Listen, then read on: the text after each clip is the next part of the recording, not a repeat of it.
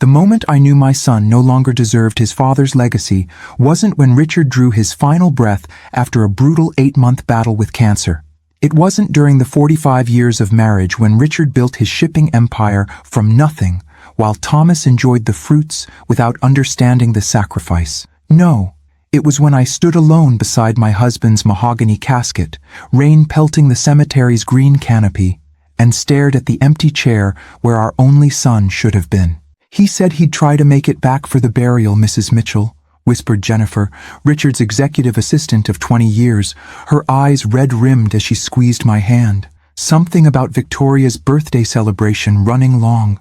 A birthday celebration. While his father, the man who had given him everything, was being lowered into the cold Chicago earth. I nodded, my face a mask of dignity, despite the hurricane of rage building inside me. The funeral director glanced at me questioningly, clearly wondering if we should wait. The other mourners, hundreds of Richard's employees, business associates, and friends, shifted uncomfortably, witnessing the final insult from a son to his father. "Begin," I said, my voice steady despite the tremor in my heart. As the pastor spoke words that blurred in my grief, my mind drifted to the conversation Richard and I had shared just weeks before his death, his once powerful frame diminished by disease, but his eyes still sharp with the intelligence that had built Mitchell Shipping into a billion-dollar enterprise. "He's not ready for it, Ellie," Richard had said, his voice raspy from the tubes they'd only recently removed. "Maybe he never will be." "He's 42 years old," I'd argued, more out of habit than conviction. I'd been defending Thomas to his father for decades, a maternal instinct I couldn't seem to outgrow. "He'll step up when the time comes." Richard's laugh had dissolved into a coughing fit. When he recovered, he'd reached for the folder his lawyer had left. "That's why I've made provisions. The final choice will be yours, Eleanor. You'll know what to do when the time comes." Now, watching the casket descend without Thomas there to say goodbye, I finally understood what Richard had meant. I finally knew what I had to do. The reception at our Lakeshore Drive penthouse was a somber affair, business associates sharing stories of Richard's brilliance and generosity. I moved among them like a ghost, accepting condolences with practiced grace while checking my phone. No messages from Thomas. At 6:27 p.m., 4 hours after the funeral ended, the elevator chimed. Thomas strode in, his designer suit immaculate, Victoria clinging to his arm in a dress entirely too festive for the occasion. Neither looked appropriately grief-stricken. "Mother," Thomas said, kissing my cheek with cool efficiency. "Sorry we couldn't stay longer at the service. Victoria's party had been planned for months. You understand." I looked at my son, Richard's golden boy with his father's strong jaw, but none of his character, and saw him clearly for perhaps the first time. "The reading of the will is tomorrow at 10 a.m., I said, my voice devoid of the warmth I'd always reserved for him. "Richard's attorney insists all beneficiaries be present." "About that," Thomas said, lowering his voice conspiratorially. "Victoria and I were hoping to fly to Aspen tonight. Can't we just handle the formalities next week?" Behind him, Jennifer gasped softly. Several of Richard's oldest friends turned away, unable to witness such callousness. "No, Thomas, we cannot." Ice had replaced the blood in my veins. "Be there, or the consequences will be significant." A flicker of uncertainty crossed his face. He'd never heard that tone from his doting mother before. "Fine, we'll reschedule our flight." As they turned to leave, not bothering to speak with any of the mourners who had actually stayed to honor Richard, I caught Victoria eyeing the antique vase collection Richard had spent decades curating, mentally calculating its worth, no doubt. Later that night, alone in the bedroom I'd shared with Richard for over 4 decades, I opened the safe hidden behind his portrait. Inside was the envelope he'd instructed me to read after the funeral. My hands trembled as I broke the seal. "My dearest Eleanor," his letter began, "if you're reading this, 2 things have happened. I've left this world, and Thomas has finally shown you who he truly is. I've never wanted to break your heart by saying this, but our son is not the man we raised him to be." Tears blurred my vision as I read Richard's final instructions, the provision in the will, the choice he had left to me, the power to ensure Thomas would never profit from the father he couldn't be bothered to bury. "You'll make the right decision," Richard's letter concluded. "You always do." As dawn broke over Lake Michigan, bathing our bedroom in golden light, I made my choice. Thomas would learn tomorrow that actions and absences have consequences. I whispered to the empty room, to the husband no longer beside me. If you're watching this story unfold, please subscribe to see what happens when my son learns the truth. Some lessons come at a price he never expected to pay. The lawyer's office awaited, and so did justice. The mahogany-paneled conference room of Harrington and Associates fell silent as Walter Harrington, Richard's attorney and friend of 30 years, adjusted his reading glasses. 10 people sat around the massive table. Myself, Thomas and Victoria, Richard's sister Margaret, our granddaughter Charlotte, Thomas's daughter from his first marriage, 2 company executives, Richard's charitable foundation director, and Walter's legal associate. Thomas checked his watch repeatedly, making no effort to hide his impatience. Victoria scrolled through her phone under the table, her manicured nails clicking against the screen. Beside them sat Charlotte, their 22-year-old daughter, eyes red from genuine grief. Unlike her father, she had visited Richard regularly during his illness, reading to him when his eyes grew too weak to manage his beloved historical biographies. "Before we begin," Walter said, his voice grave, "I want to express my deepest condolences, Eleanor. Richard was not just my client, but my dear friend." I nodded, clutching the handkerchief Richard had given me on our 40th anniversary. "Thank you, Walter. Please proceed." Walter opened the thick document before him. This last will and testament of Richard James Mitchell, being of sound mind and body at the time of its creation 6 months ago, represents his final wishes for the distribution of his estate, valued at approximately $1.2 billion. Victoria's head snapped up from her phone. Thomas straightened in his chair. "I'll summarize the standard provisions," Walter continued.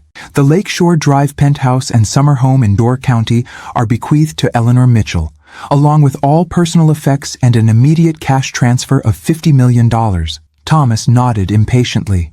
This was expected. Mitchell Shipping Company voting shares are to be distributed as follows. Walter paused, glancing at me briefly before continuing. To Thomas Mitchell, son of the deceased. Thomas leaned forward eagerly. Conditional upon the moral character clause on page 27, section B. What moral character clause? Thomas interrupted, frowning. Walter flipped pages methodically. The clause reads as follows. The bequest to my son Thomas is conditional upon my wife Eleanor's sole discretion regarding his conduct during my final days and funeral arrangements. Should Eleanor deem his behavior disrespectful, negligent, or inappropriate, she may invoke this clause to redirect his inheritance as outlined in Alternative Distribution Plan C. The blood drained from Thomas's face. That can't be legal. I assure you it is, Walter replied calmly. Your father had it vetted by 3 separate legal teams. The courts have consistently upheld moral character clauses when clearly defined, as this one is. Victoria grabbed Thomas's arm. What does this mean? Walter looked to me.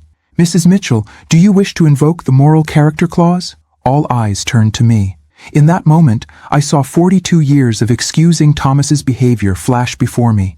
The missed family holidays, the disrespect toward his father, the gradual prioritizing of Victoria's extravagant wants over family needs, and finally, the empty chair at Richard's funeral while Thomas attended a birthday party. Yes, I said, my voice unwavering. I invoke the clause. Thomas leaped to his feet. Mother, you can't be serious. You left your father's funeral to attend a party, Thomas, I said quietly. You couldn't spare one day to properly say goodbye to the man who gave you everything. It was Victoria's 40th birthday celebration. We had guests flying in from Europe. It cost a fortune. His voice rose with each excuse. And that was more important than burying your father? Charlotte covered her mouth, stifling a sob at her father's callousness. Walter cleared his throat. In the event the clause is invoked, Alternative Distribution Plan C directs that Thomas Mitchell's inheritance be redistributed as follows. 30% to the Richard Mitchell Foundation for Educational Opportunity, 30% to Charlotte Mitchell, 30% to Mitchell Shipping Employee Pension Enhancement, and 10% to Eleanor Mitchell to distribute at her discretion. Victoria's face contorted with rage. You planned this! This is elder manipulation! The only manipulation, Walter interjected firmly, was Richard's careful legal planning to protect his legacy from precisely this attitude. Thomas slumped back into his chair, shell-shocked. So, I get nothing? 40 years as his son and I get nothing? You received everything a son could want, I replied, my heart breaking despite my resolve. A father who loved you, who built something for you, who wanted nothing more than your respect in return. This is ridiculous, Thomas sputtered. I'll contest it. I'll fight this in court. You're welcome to try, Walter said. But Richard anticipated that response. The will includes a no contest clause. Any beneficiary who challenges the will forfeits even the minimal provisions granted elsewhere. What minimal provisions? Thomas demanded. Walter turned a page. Your father left you his first desk, the folding card table where he wrote his business plan, and his collection of books on business ethics. In any other circumstance, the irony might have been comical. Now, it just felt tragic. Victoria stood abruptly. We're leaving. Thomas, call Jensen. We need a lawyer who'll actually fight for us. She stormed out, not bothering to close the door behind her. Thomas followed, pausing at the threshold to look back at me. I'll never forgive you for this, Mother, he said, his voice cold with fury. After they left, Walter continued reading the remaining provisions. Charlotte would receive her portion in a structured trust. The charitable foundation would focus on scholarships for underprivileged youth. The employee pension enhancements would ensure security for those who had helped build Richard's dream. When the reading concluded and others filed out, Charlotte stayed behind, moving to sit beside me. Grandma, she whispered, taking my hand. I'm so sorry about Dad. Grandpa deserved better. I squeezed her fingers. Your grandfather loved you very much, Charlotte. He saw in you what he had hoped to see in your father. As we left the office together, I felt both heartbroken and resolute. Richard had given me the power to make this choice, knowing the pain it would cause me. But he'd also known I would choose rightly, no matter how difficult. I paused in the lobby, a strange compulsion coming over me once again. If you're following this story, I said softly, please subscribe to see what happens next. The battle for Richard's legacy has only just begun, and Thomas won't surrender a billion-dollar inheritance without a fight. Charlotte gave me a curious look. Grandma? Who are you talking to? I smiled sadly. Just an old woman's habit, dear. Sometimes I imagine sharing our family's story might help others make better choices than we did. The week following the will reading unfolded like a carefully orchestrated war. Thomas launched his offensive immediately, calling me 17 times the first day alone. I let each call go to voicemail, listening later as his messages evolved from rage. How could you do this to your own son? To bargaining. We can work something out, Mother. To thinly veiled threats. You won't like what happens if you don't fix this. Victoria's approach was more direct. She appeared at my penthouse unannounced, the doorman apologetically explaining she'd claimed a family emergency. I found her in the living room, examining Richard's antique watch collection with undisguised avarice. Victoria, I said, remaining in the doorway, this isn't a good time. It's never a good time to discover you've been disinherited, is it? She replied, setting down a platinum pocket watch worth more than most cars. Eleanor, we both know this situation can be resolved easily. I raised an eyebrow. Do we? You're upset about the funeral, I understand. Her practiced sympathy felt like oil on water. Thomas should have stayed longer. I take full responsibility. It was my party after all. The party you couldn't postpone despite your father-in-law's death. She waved dismissively. Richard was already gone. The funeral was just formality. In that moment, I saw exactly what Richard had seen years ago when he first met Victoria, the calculating ambition behind the polished exterior. My son had chosen his partner poorly, but that had been his choice to make. Victoria, the will reflects Richard's wishes, not mine. I simply honored them. Her facade cracked. This is absurd. Thomas is his only son.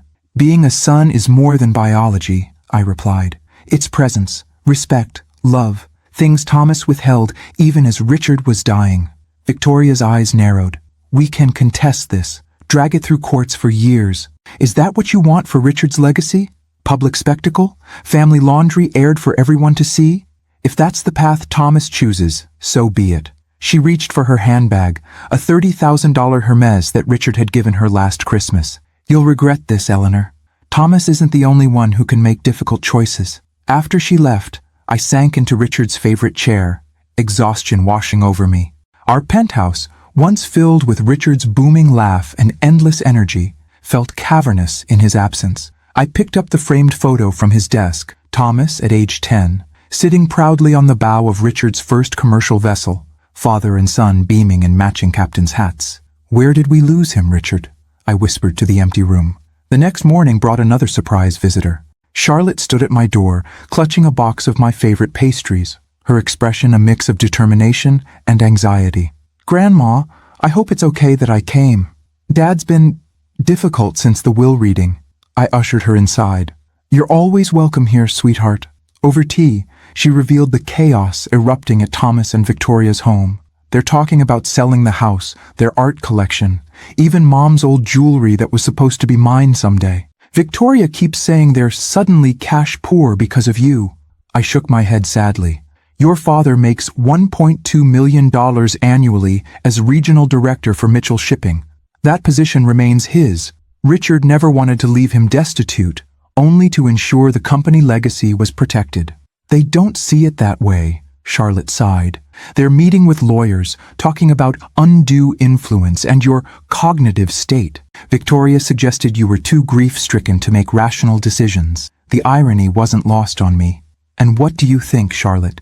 Her eyes, so like Richard's, met mine steadily. I think Grandpa knew exactly what he was doing, and so do you. That afternoon, Walter called to inform me that Thomas had indeed filed preliminary paperwork contesting the will. He's claiming you're emotionally compromised by grief and that Richard was under medication that affected his judgment when the will was updated. Both expected, I replied. What's your assessment? Their case is weak. We have video of Richard explaining his reasoning, medical certificates of competency, and multiple witnesses.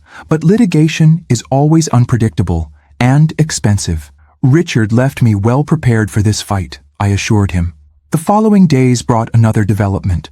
Mitchell Shipping employees, from dock workers to executives, began sending cards, stopping by with food, calling to offer support. They'd heard rumors of Thomas's challenge and wanted me to know they stood with Richard's vision.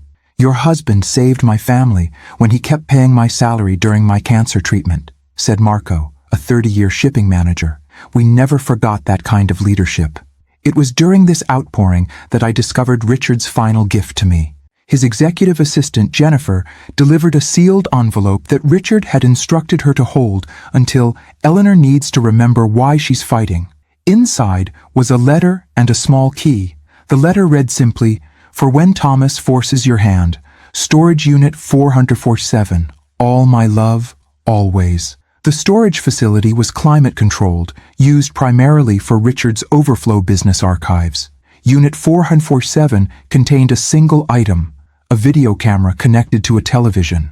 A post-it note on the screen read, "Press play." Richard's face filled the screen, healthy and strong, recorded before his diagnosis. "Hello, my darling Eleanor," he began.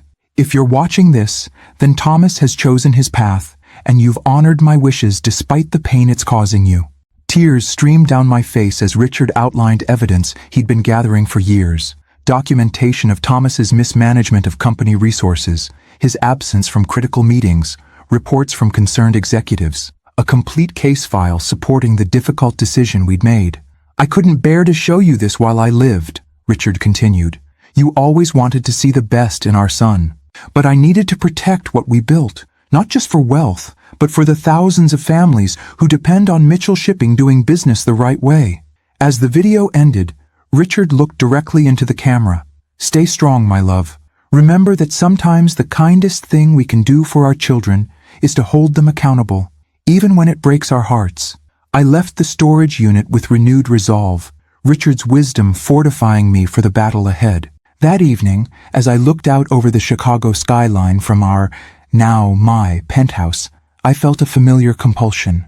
"If you've been following this difficult journey," I said to the twinkling city lights, "please subscribe and share this story. Sometimes the hardest decisions we make for those we love are the ones they fight against the most." The legal papers arrived on a Tuesday morning, delivered by a stern-faced courier who couldn't meet my eyes. 56 pages of allegations, my deteriorating mental state, Richard's medication-induced confusion, and the most painful, claims that I had manipulated my dying husband against our only son out of jealousy over Thomas's relationship with Victoria.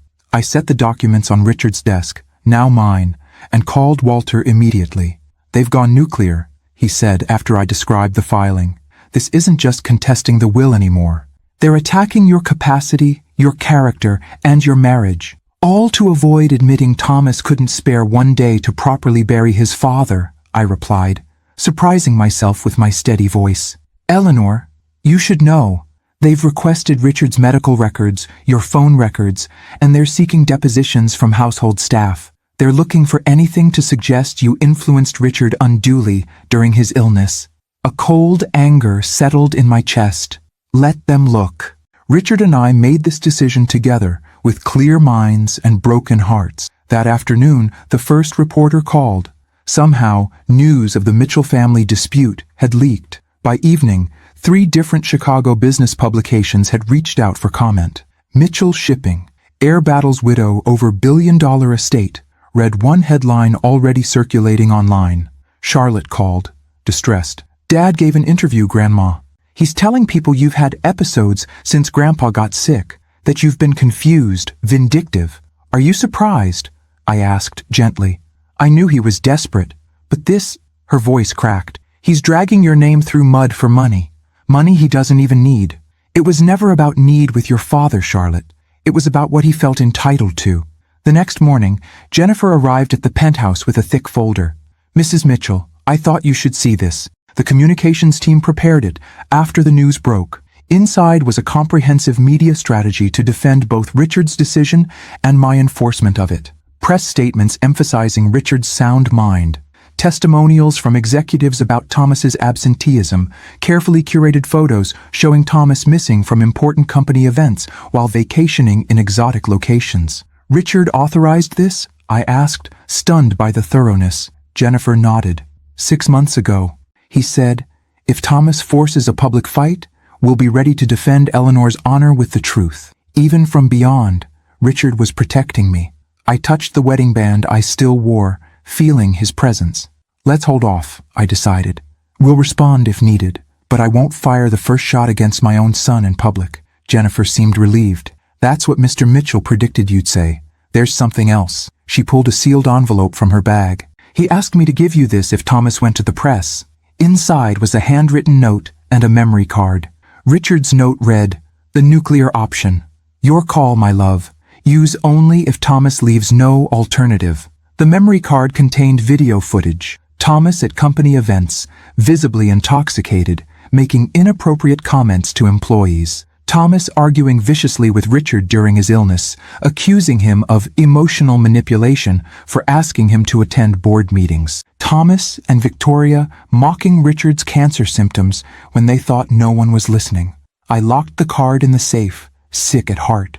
Richard had known it might come to this, but had left the choice to me. The power to destroy our son's reputation with evidence of his own behavior. The lawsuit's first hearing was scheduled for the following week. In preparation, Walter arranged for me to be examined by 3 independent psychological experts to counter Thomas's claims about my mental state. "All 3 reports confirm what we know," Walter assured me. "You're perfectly competent, exhibiting appropriate grief, but no cognitive impairment." "Will it be enough?" I asked, combined with Richard's precautionary videos explaining his decision-making process. "It should be. But Thomas has hired Grayson Mills." I recognized the name. Chicago's most aggressive estate litigator, infamous for scorched earth tactics. "Prepare for personal attacks in court," Walter warned. "They'll try to provoke you, make you appear unstable or vindictive." That night, unable to sleep, I wandered our penthouse, touching Richard's belongings. His reading glasses still on the nightstand, his favorite sweater I couldn't bear to move from the closet. In his study, I found myself opening drawers I'd avoided since his death. In the bottom drawer of his desk was a leather journal I'd never seen before. The first entry was dated 5 years earlier. "Thomas missed another board meeting today," Richard had written. "3rd this quarter. Claimed Victoria needed him for some charity gala. The board is noticing. Worse, he's noticing that they notice. Pride wounded, he lashed out, accused me of embarrassing him. When did my son start believing he deserves power without responsibility?" I read for hours, tears streaming as Richard chronicled his growing concerns about Thomas, his attempts to mentor him, and eventually, his painful decision to protect the company from his own son's sense of entitlement. The final entry, written 2 weeks before his death, broke my heart. I've failed him, Eleanor. Or perhaps we both did, giving him too much while asking too little. The hardest part of dying isn't leaving the company, or even leaving you, my love. It's knowing I won't be here to help Thomas become the man he could still be. That burden now falls to you, and it's heavier than any I've asked you to bear. The next morning, I called Charlotte. I need you to deliver a message to your father. Tell him I'm willing to meet, just the two of us. No lawyers, no Victoria. Do you think he'll come? She asked, doubtfully. Tell him it's about a potential settlement, I replied. He'll come. 2 days later, Thomas arrived at the penthouse, dressed impeccably but with new lines etching his face. Mother, he said stiffly, declining my offer of coffee. Charlotte said you wanted to discuss terms. I wanted to give you one chance to withdraw your lawsuit before things get uglier, I said simply. He laughed bitterly. Withdraw? You've stolen my birthright. Your father made a choice, Thomas. I honored it. Because I missed part of a funeral? He exploded. One day's mistake cost me $1 billion? I shook my head sadly. It wasn't one day. It was years of days. Moments when your father needed his son and found a stranger instead. Convenient interpretation after he's gone, Thomas sneered. He never complained to me. He tried, Thomas. For years he tried. His expression hardened. Well, now it's up to the courts, and they don't rule based on missed father-son moments. As he turned to leave, I called after him.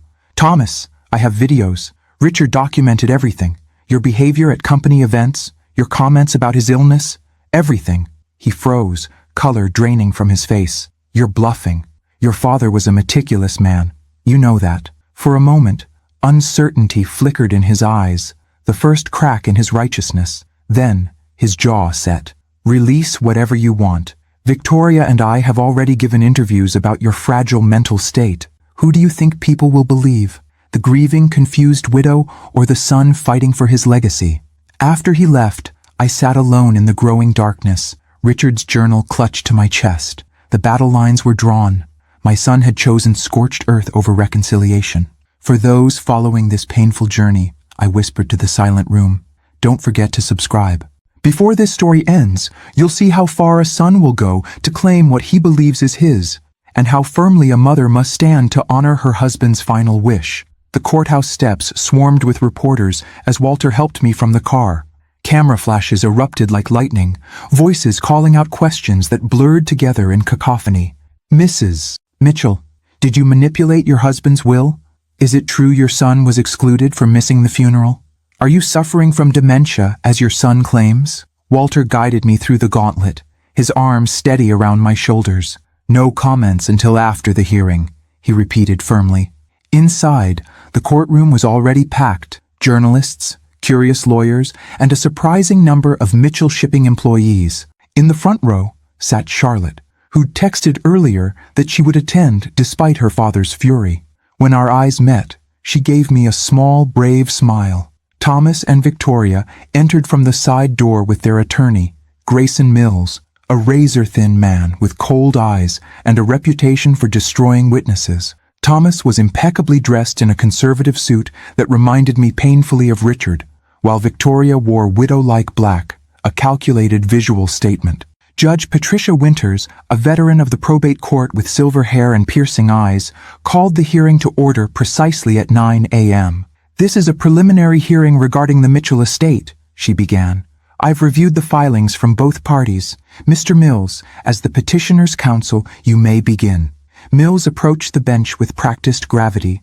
Your Honor, this case centers on a grievous injustice. Thomas Mitchell, the only son of the deceased Richard Mitchell, has been effectively disinherited through the manipulation of a moral character clause, a clause inserted during Richard Mitchell's final illness when he was heavily medicated and susceptible to influence. He gestured dramatically toward me.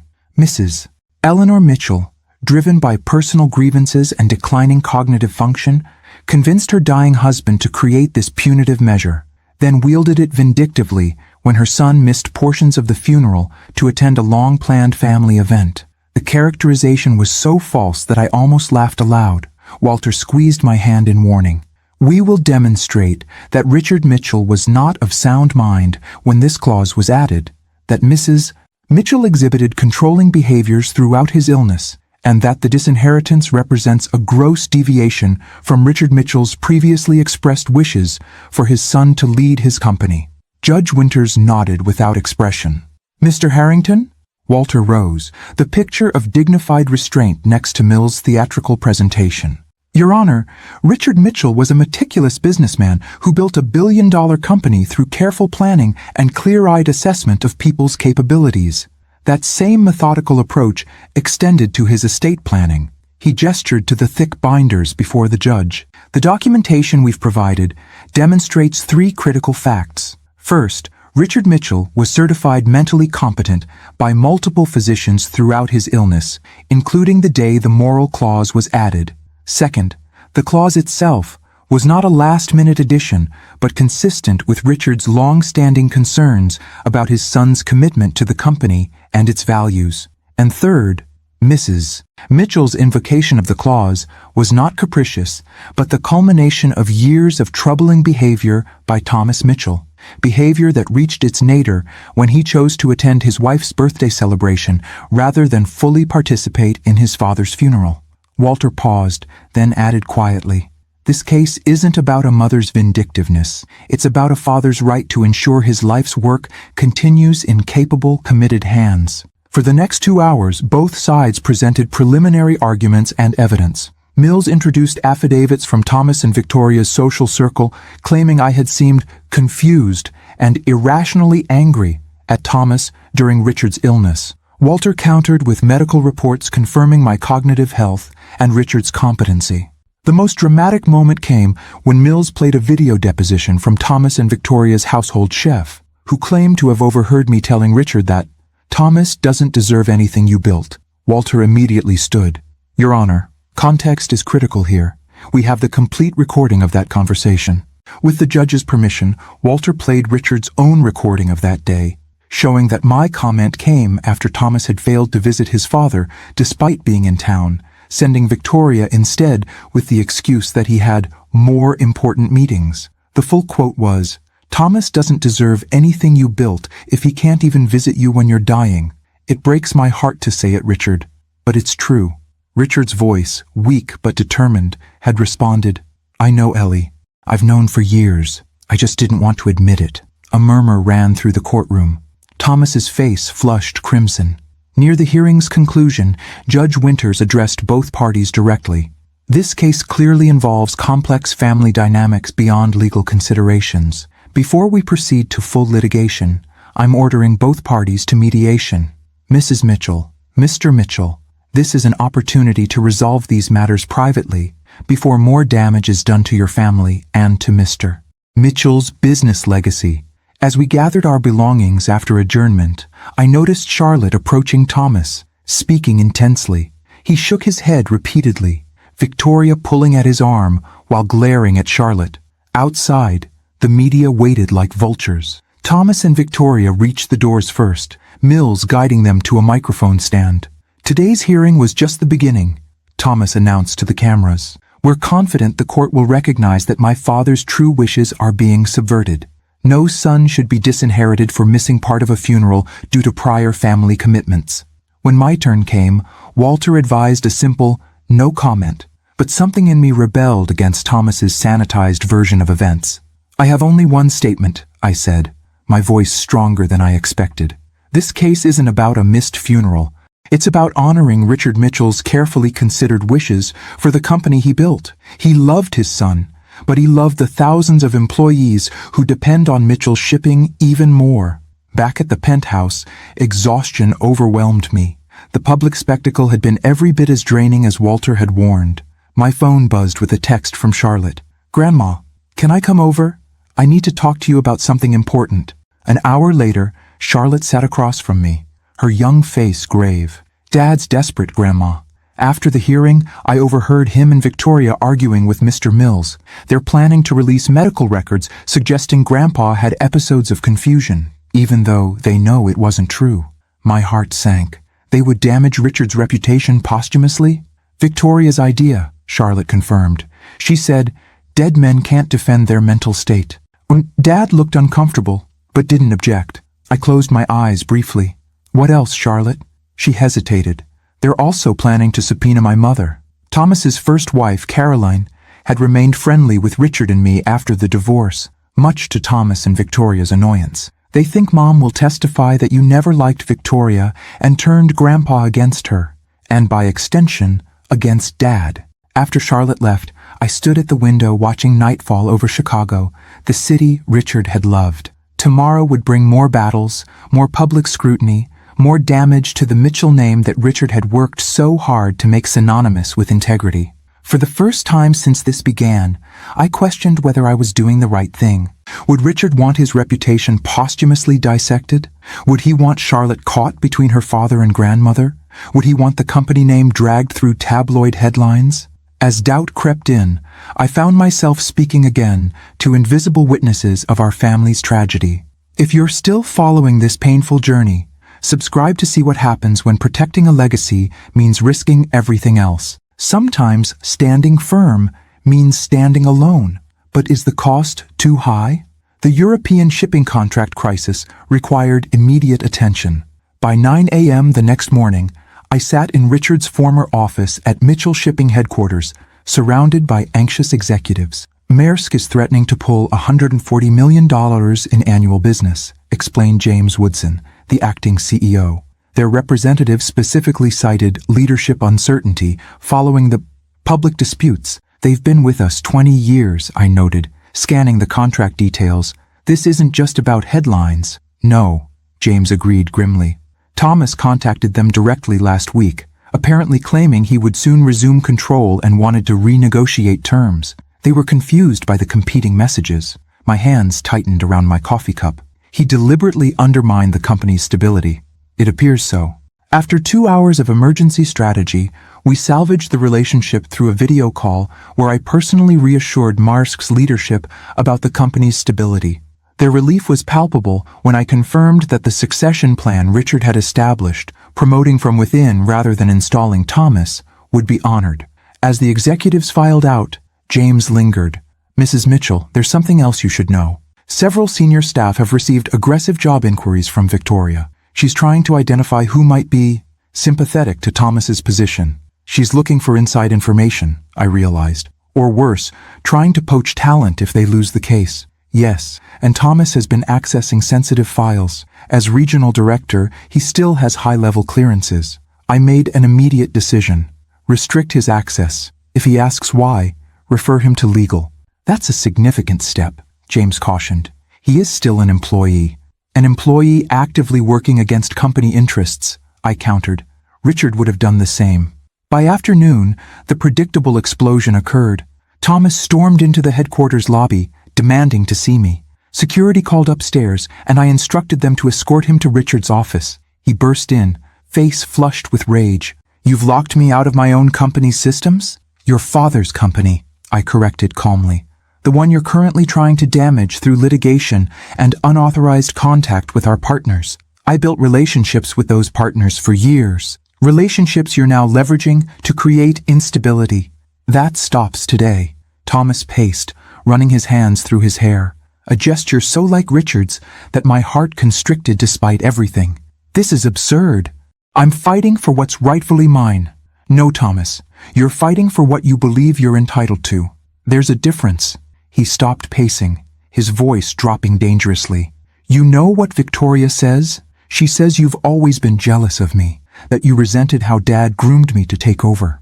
The accusation was so ludicrous I almost laughed. Is that what she tells you?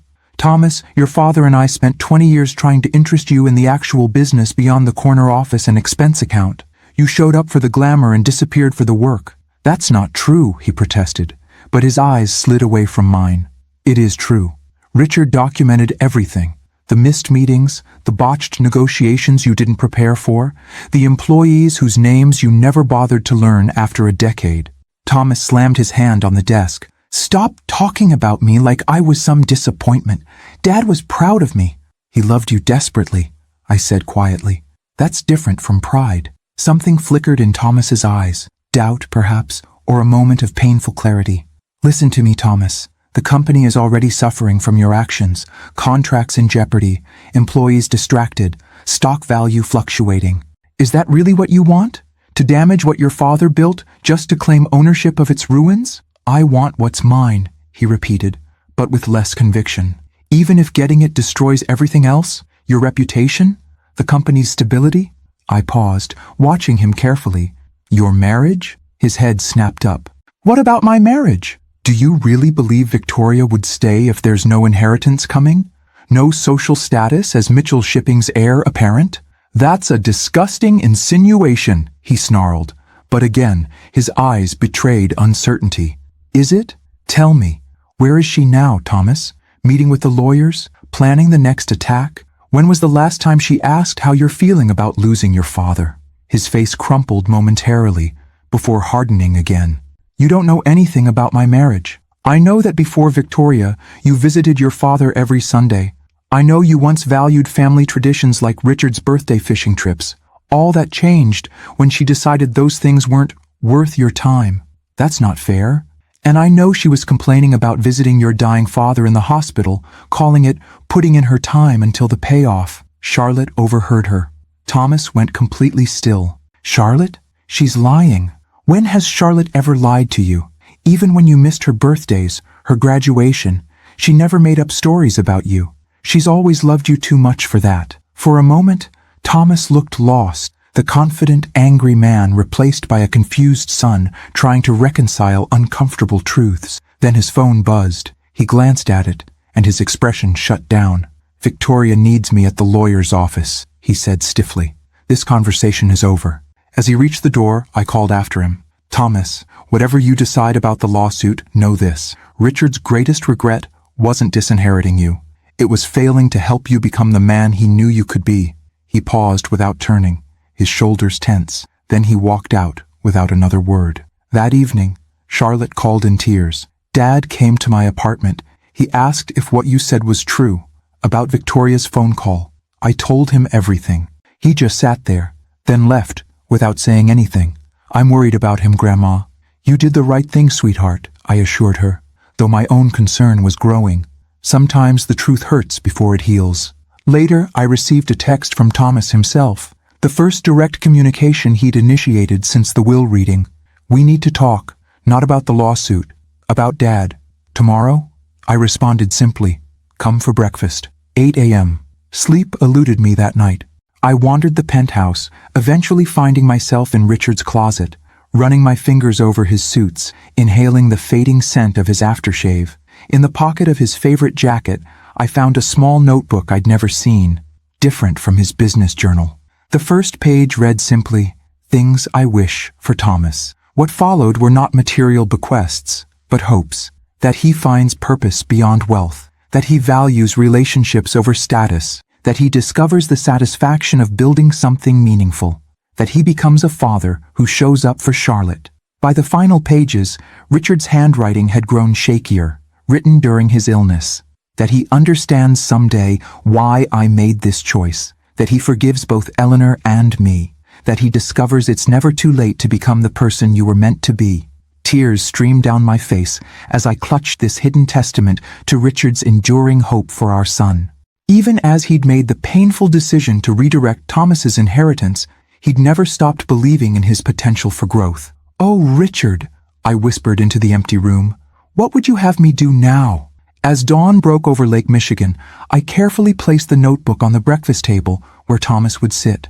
Whatever happened next, he needed to hear his father's voice, not through lawyers or legal documents, but heart to heart, even across the divide of death. For those still following this painful journey, I said softly to the golden morning light, make sure you're subscribed to see the final chapter. Tomorrow may bring either reconciliation or permanent rupture, but whatever comes, we'll face it with the courage Richard always valued above all else. Thomas arrived precisely at 8, alone and visibly exhausted. Dark circles shadowed his eyes, and his usually immaculate appearance showed signs of neglect, his shirt slightly wrinkled, his hair uncombed. He looked older than his 42 years, grief and stress having etched new lines around his mouth. You came, I said simply, opening the door wider. I said I would. His voice lacked its recent hostility. replaced by a weary flatness that concerned me more. I led him to the kitchen where I'd prepared Richard's traditional weekend breakfast, scrambled eggs with herbs, sourdough toast, and strong black coffee. For decades, this had been our family ritual, until Victoria had deemed it boring and introduced Thomas to champagne brunches at upscale hotels instead. Thomas stared at the familiar spread. You remembered. Some traditions matter enough to preserve. We sat across from each other, the morning sun streaming through windows that showcased Chicago awakening below us. For several minutes, we ate in silence, the weight of unspoken words hanging between us. Finally, Thomas set down his fork. Victoria's gone. Though I'd suspected this might happen, hearing the confirmation brought no satisfaction. I'm sorry. A bitter laugh escaped him. Are you? You practically predicted it. Being right about something painful doesn't make it less painful to witness, I replied. What happened? Thomas stared into his coffee. After our conversation yesterday, I confronted her about what Charlotte overheard. She denied it at first, then got angry that I would question her loyalty. He shook his head. We argued. Things were said. I asked her directly if she would stay if there was no inheritance coming, no prestigious position at Mitchell Shipping. And? She packed 3 suitcases, took her jewelry, including Mom's tennis bracelet you gave me for her last birthday, and said she didn't sign up for this humiliation. His voice cracked slightly. 12 years of marriage, and she was gone within an hour. I reached across the table, covering his hand with mine. Our first physical contact since the funeral. He didn't pull away. I'm truly sorry, Thomas. Despite everything, I never wanted this pain for you. He nodded, then noticed Richard's small notebook beside his plate. What's this? Something of your father's I found last night. I think he would want you to have it. Thomas opened it hesitantly, his expression changing as he read the first page. For the next 20 minutes, he sat in complete silence, turning pages slowly, occasionally wiping at his eyes. When he finally looked up, something had shifted in his face, the defensive anger replaced by raw grief. He never told me any of this, Thomas whispered. Would you have listened? I asked gently. He closed the notebook carefully. No, probably not. After a long pause, he added, I didn't know him at all, did I? You knew the father who loved you unconditionally. You didn't know the man who built something extraordinary through sacrifice and integrity. I poured more coffee for both of us. He wanted you to know both. Thomas stared out at the city skyline, Richard's beloved Chicago, where he'd started with one leased dock and a second-hand tugboat. I remember when I was 10, he said suddenly. Dad took me to the original dock where he started. It was still operational then, just a tiny fraction of the company. He introduced me to every worker by name, knew their kids' names too. They all respected him so much. His voice grew distant with memory. I told him I wanted to be just like him when I grew up. You still can be, I said quietly. Not in running his company. That opportunity has passed. But in understanding what actually made him remarkable. Which was his belief that success meant nothing without integrity. That wealth was a responsibility, not just a privilege. That showing up for people who depend on you matters more than any bottom line. Thomas absorbed this in silence, turning Richard's notebook over in his hands. When he finally spoke again, his voice had changed, the entitled air replaced by someone more thoughtful, more vulnerable. I'm dropping the lawsuit. Relief washed through me, but I kept my expression neutral. Why? Because Dad was right. Thomas met my eyes directly. I haven't earned it, and fighting you through the courts won't change that fact. What about your lawyers? Victoria? Victoria's gone. As for Mills, he can bill me for services rendered and then terminate our relationship. Thomas straightened his shoulders. I'll handle it today. We moved to the living room, where photos of our family through the years lined the bookshelves. Thomas stopped before a picture of himself at 16, standing proudly beside Richard on the deck of the company's flagship vessel. I had so many chances, he said softly. He kept giving me opportunities to step up, to learn, to grow. I squandered all of them. Not all, I corrected. You're here now, making a difficult but right decision. That counts for something. What happens next? He asked, turning to me. With the company? With us? The company will continue as Richard planned, managed by people who share his values and vision. As for us, I chose my words carefully. That depends on what you want, Thomas. I don't know what I want anymore, he admitted. Everything I thought mattered.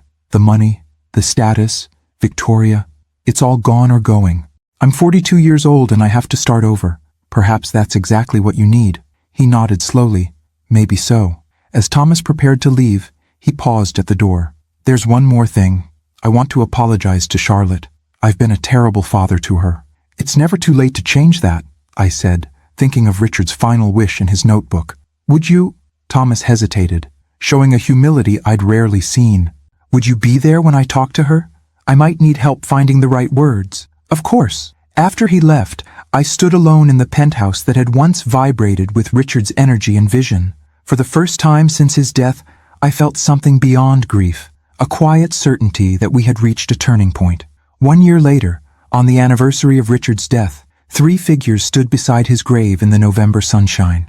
Thomas, Charlotte, and I placed white roses, Richard's favorite, against the simple granite headstone. He would be proud today, I said, watching Thomas adjust his tie, not the expensive designer brands he once favored, but a modest one suitable for his new position as Community Outreach Director for the Richard Mitchell Foundation. After dropping the lawsuit, Thomas had surprised everyone by asking not for money or position, but for a chance to learn about his father's philanthropic vision. Starting at the bottom, he'd spent months visiting Mitchell Shipping's community initiatives, learning firsthand about the educational programs and economic development projects Richard had quietly funded for decades. Charlotte, now completing her master's degree in environmental science with funding from her grandfather's trust, slipped her arm through her father's. Remember last week at the scholarship ceremony? When that kid from Southside said Grandpa's program was the only reason he could attend college? Your speech was perfect, Dad. Thomas smiled, a genuine expression that reached his eyes in a way his polished corporate smiles never had. I just told them what I've been learning myself. That true legacy isn't about money or buildings. It's about impact on lives. As we walked back toward the cars, Thomas lingered, letting Charlotte go ahead. Mom, he said quietly, I've been thinking about something.